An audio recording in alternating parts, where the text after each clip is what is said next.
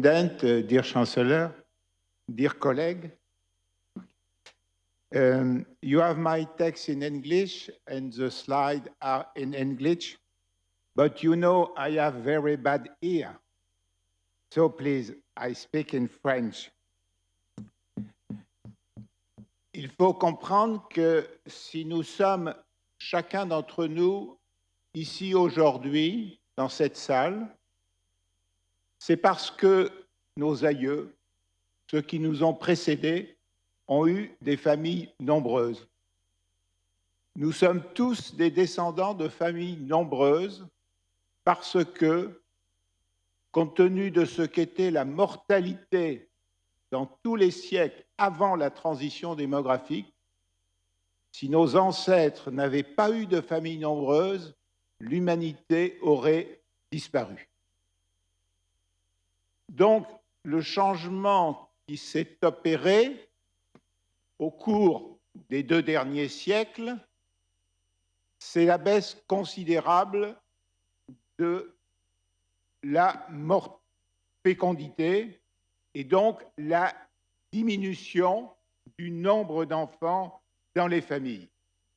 C'est ce changement considérable, historique, structurel, qui fait que la question de la famille n'est plus de la même nature que ce qu'elle a été au fil des siècles avant la transition démographique. Donc, je voudrais d'abord vous montrer les raisons explicatives de la diminution du nombre d'enfants par famille. Puis, nous verrons aussi que les structures familiales ont été modifiées sous d'autres processus démographiques comme l'urbanisation, l'émigration internationale, le vieillissement de la population. Et enfin, il ne faudra pas oublier que dans certains pays, la constitution des familles est particulièrement difficile compte tenu d'un certain nombre d'évolutions démographiques.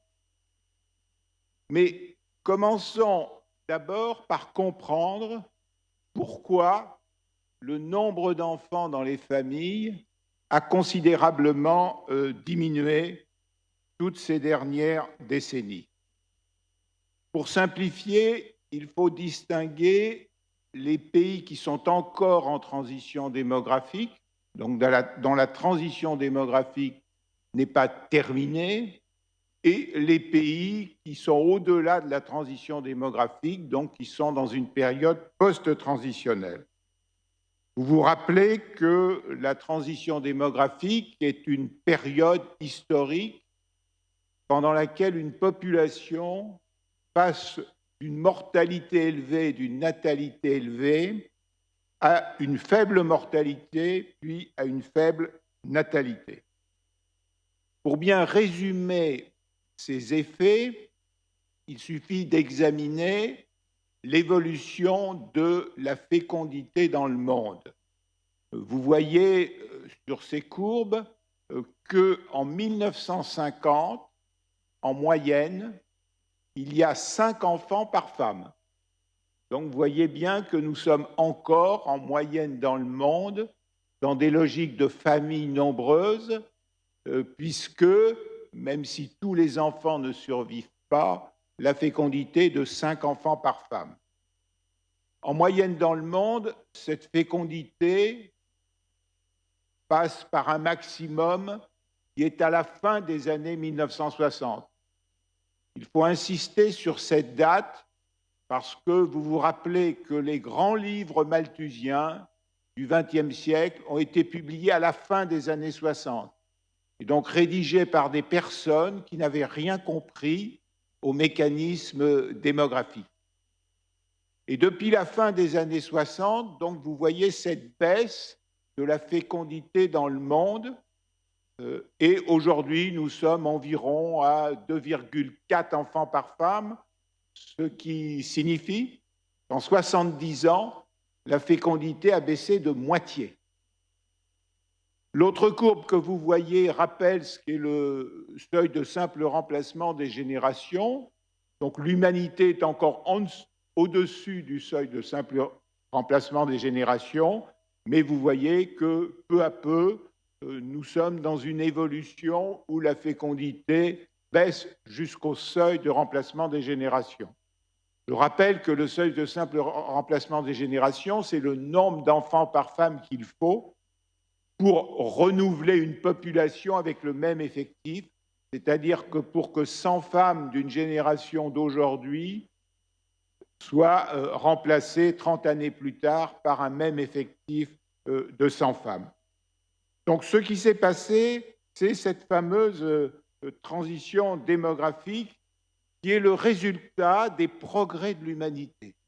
Progrès dans l'abaissement de la mortalité infantile, progrès dans l'abaissement de la mortalité des enfants et des adolescents, progrès dans l'abaissement de la mortalité maternelle, c'est-à-dire de la mortalité des femmes au moment de l'accouchement ou par suite de l'accouchement. Cette baisse de la mortalité infantile, vous la voyez sur cette figure avec la courbe qui se trouve en bleu. Vous voyez qu'en 1950, la mortalité infantile est encore très élevée puisque nous avons sur 1000 naissances près de 150 qui décèdent avant l'âge de 1 an. Autrement dit, un nouveau-né sur 7 décède avant l'âge de 1 an.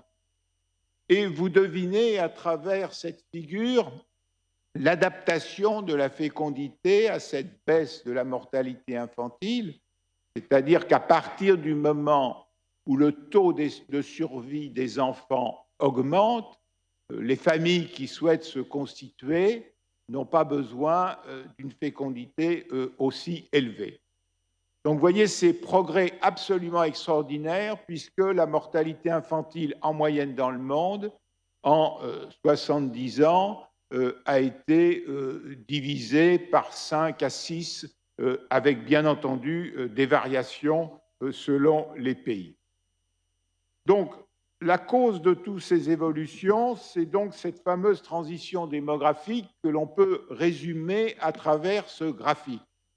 Vous avez en rouge le taux de natalité, c'est-à-dire le rapport du nombre de naissances à la totalité de la population. En noir, le taux de mortalité, donc le rapport du nombre de décès à la totalité de la population. Et la courbe verte est la différence entre la courbe rouge et la courbe noire, c'est-à-dire le taux d'accroissement naturel. Vous retrouvez ce que j'évoquais tout à l'heure, c'est-à-dire que la croissance maximum de la population dans le monde, c'est à la fin des années 1960, et depuis, le monde est en décélération démographique. Cette courbe est essentielle parce qu'elle montre bien que la raison de la croissance démographique dans le monde depuis ces 2 derniers siècles, autrement dit le passage en 1900 de 1,6 milliard d'habitants à plus de 7 milliards aujourd'hui, a pour cause unique la baisse de la mortalité. Souvent, l'opinion publique croit que l'augmentation de la population dans le monde serait liée au fait que le taux de natalité aurait augmenté.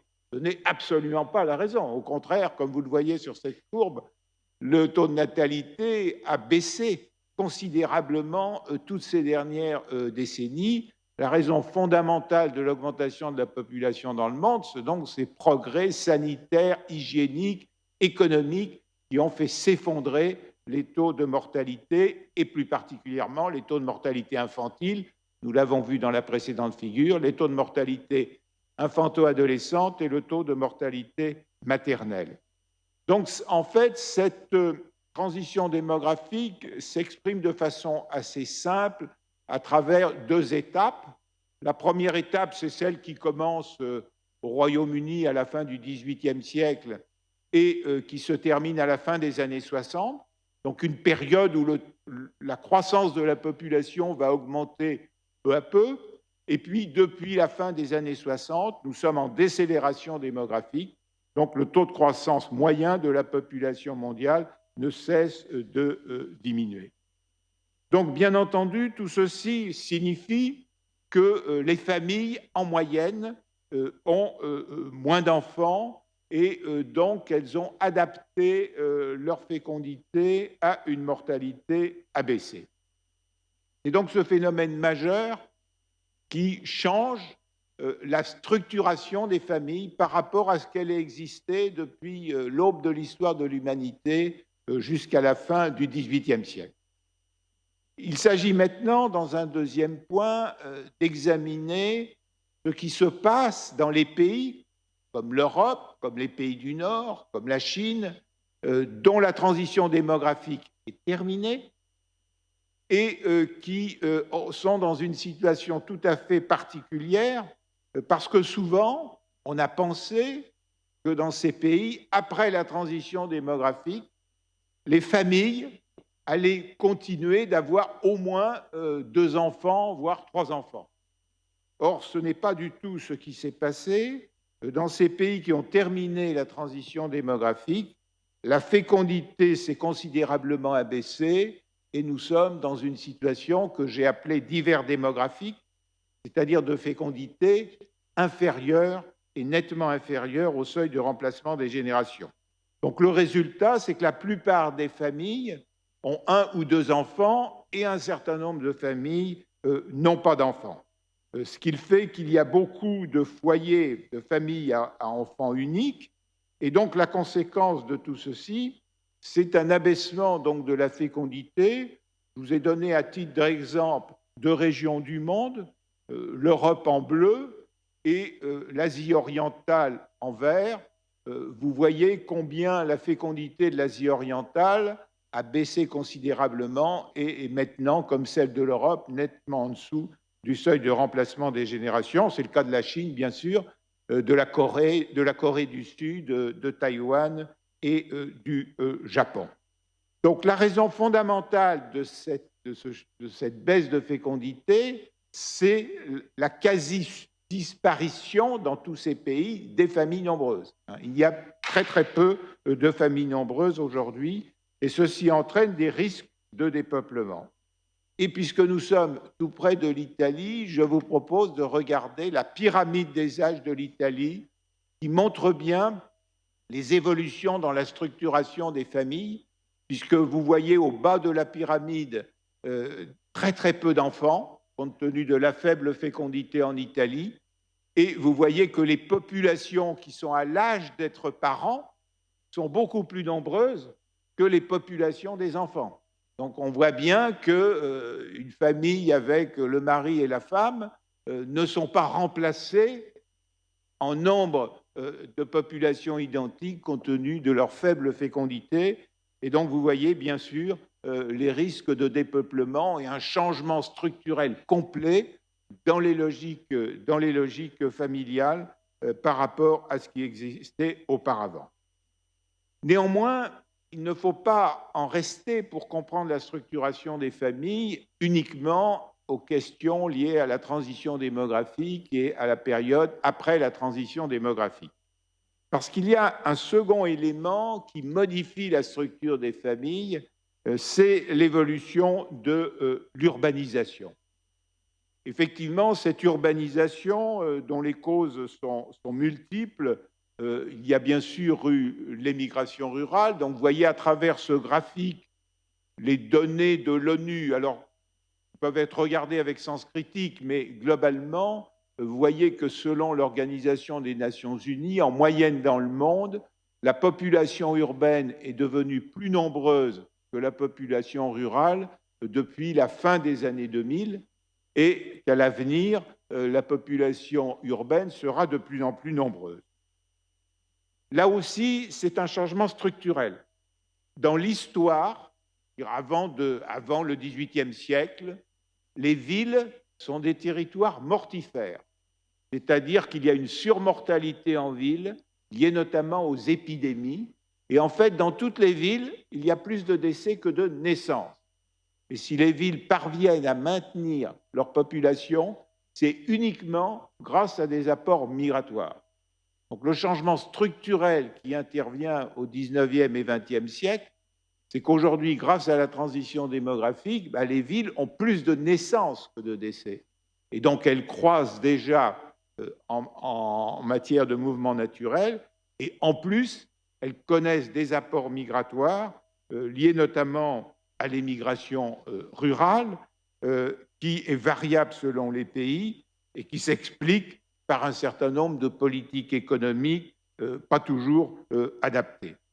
Et puis, bien sûr, la croissance urbaine s'explique malheureusement, dans un certain nombre de cas, aussi par des facteurs politiques, c'est-à-dire par des guerres ou des guerres civiles qui ont poussé des populations à aller se réfugier en ville. Voyez l'exemple de Lima au Pérou, de Cali ou de Bogota en Colombie. Or, cette urbanisation change la structure des familles dans la mesure où souvent les générations âgées sont restées vivent dans le monde rural et ce sont les générations de jeunes qui sont partis en ville. Et donc ceci entraîne un éloignement entre les parents et les grands-parents, pour faire simple, et ceci rend difficile les solidarités interfamiliales. C'est particulièrement vrai dans le cas de la Chine, puisque vous savez qu'en Chine, on ne peut être autorisé à venir habiter en ville que si l'on a une autorisation administrative, c'est le fameux système du hukou, le permis de résidence. Le résultat de tout cela, c'est que nous avons en Chine environ 300 millions de populations dites flottantes, c'est-à-dire 300 millions de personnes qui habitent en ville alors qu'elles n'ont pas le droit d'habiter en ville. Et donc et qu'elles n'ont pas le droit, si elles ont un enfant en ville, d'inscrire leurs enfants dans une école en ville, puisqu'elles n'ont pas le droit d'y résider. Et donc le résultat, c'est que les enfants sont élevés à la campagne par les grands-parents et les enfants ne voient pratiquement jamais leurs parents, heureusement souvent à l'occasion du Nouvel An chinois, mais vous voyez que les solidarités familiales sont complètement bouleversées par ce système du hukou qui existe en Chine. Donc ce cas est tout à fait important à signaler. Le troisième élément concernant les familles est lié bien sûr aux migrations internationales, étant rappelé que là aussi, comme pour les migrations internes et l'urbanisation, l'âge de la migration, en gros, c'est entre 18 et 35 ans. Donc, en fait, lorsqu'on parle de migration internationale, ce sont essentiellement des migrations de jeunes adultes. Vous voyez donc les chiffres de l'augmentation du nombre d'immigrants internationaux. Nous en avions donc 150 millions en 1990. Aujourd'hui, l'estimation est à 280 millions. Et donc, cela signifie souvent, là aussi, un éloignement des familles, un éloignement entre les générations. Les générations de jeunes actifs sont parties à l'étranger, et puis les générations plus âgées sont restées habitées au pays. Et en réalité, le problème familial concernant les migrations internationales se décompose, pour simplifier, en deux selon le type des pays. Nous avons des pays où l'immigrant n'a pas le droit de faire venir sa famille. C'est notamment le cas de la péninsule arabique, de l'Arabie saoudite, des Émirats arabes unis. Nous avons environ 18 millions d'immigrants qui sont des personnes sans famille, c'est-à-dire leur famille est restée au pays. Ils n'ont aucun droit qui leur permet d'avoir une vie familiale. Ils n'ont plus de vie familiale. Certains arrivent à revenir dans leur famille une fois par an, et parfois ce n'est même pas toujours le cas. Au contraire, nous avons heureusement des pays qui ont considéré que la vie familiale avait de l'importance, et c'est ce qu'on retrouve bien entendu dans la Convention européenne des droits de l'homme, qui contient ce fameux paragraphe de l'article 8 qui précise que toute personne a droit au respect de sa vie privée et familiale. Et donc, en application de cet article 8, les pays européens reconnaissent le droit au regroupement familial et donc permettent aux immigrés de vivre en famille, ce qui, évidemment, est très différent des pays de la péninsule arabique. Et j'insiste sur un point, c'est que, comme vous le savez, cette décision de la Convention européenne des droits de l'homme est appliquée pour une raison bien simple, c'est que l'État qui ne l'appliquerait pas se retrouve devant la Cour européenne de justice qui siège à Strasbourg. Et donc, on a une Cour européenne de justice qui, effectivement, condamne si le respect de la vie familiale n'est pas appliqué. Le cinquième élément qu'il faut citer, qui modifie évidemment la vie des familles, c'est la question du vieillissement de la population. Ce vieillissement de la population, donc je vais le résumer à travers ce graphique. Il signifie donc que le pourcentage des jeunes diminue, notamment lié à la baisse de fécondité que nous avons vue tout à l'heure, qu'on appelle le vieillissement par le bas, et que, d'autre part, le pourcentage de personnes âgées augmente. D'un point de vue familial, cela signifie que nous passons d'un monde où le nombre de personnes âgées était rare à un monde où le nombre de personnes âgées est élevé. Or, comme vous le savez, ce qui est rare est cher. Et effectivement, dans les pays où le nombre de personnes âgées est rare, les personnes âgées en général sont bien respectées. Il y a cette fameuse façon de le dire en Afrique, où l'on dit que lorsqu'une personne âgée meurt, c'est une bibliothèque qui disparaît. Or, à l'inverse, avec ce vieillissement de la population par le haut, nous voyons souvent, dans les pays les plus vieillis, un respect amoindri des personnes âgées. Et donc, c'est d'ailleurs ce qui explique parfois des décisions liées au non-respect de l'assurance maladie pour les personnes âgées, ou bien aussi au développement de lois sur l'euthanasie, parce qu'on ne respecte plus suffisamment les personnes âgées. Et donc, vous voyez que ce sont les solidarités familiales qui se trouvent remises en cause à travers le vieillissement de la population. Enfin, un dernier point que je voulais évoquer, c'est la question du fait que dans un certain nombre de pays, la constitution des familles est difficile compte tenu de taux de masculinité extrêmement élevés. C'est particulièrement le cas dans les deux pays du monde les plus peuplés, donc l'Inde et la Chine. Vous rappelez en effet que d'un point de vue biologique, il naît 105 garçons pour 100 filles. Mais comme la nature fait bien les choses, le taux de mortalité infantile des garçons est plus élevé que celui des filles.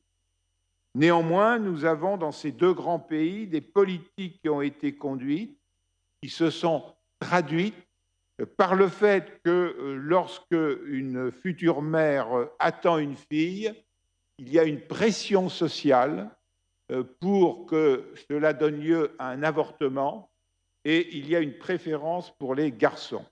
Et donc, vous voyez que le résultat de tout ceci, c'est que nous avons des effectifs de garçons par rapport au nombre de filles qui sont particulièrement élevés en Chine et en Inde.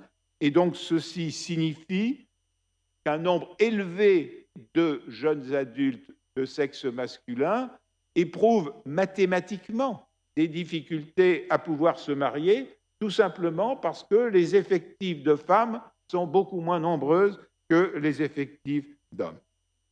Donc, vous voyez, en conclusion de ces différents éléments, que les politiques familiales qui doivent être mises en place au XXIe siècle doivent apporter des réponses à tous ces questionnements que nous venons d'évoquer.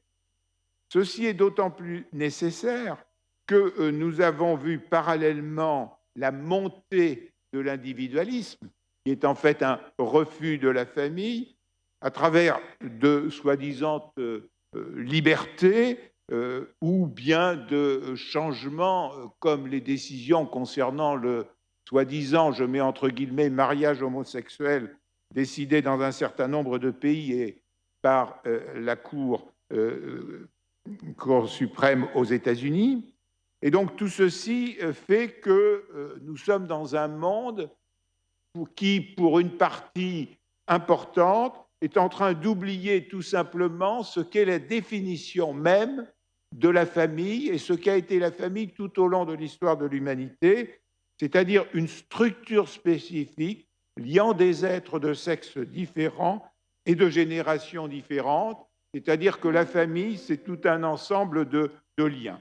Donc, vous voyez qu'il est absolument indispensable que nos politiques familiales prennent en compte tous ces changements, parce que sinon, nous allons effectivement vers un étouffement des familles qui se traduira par de graves conséquences. Merci.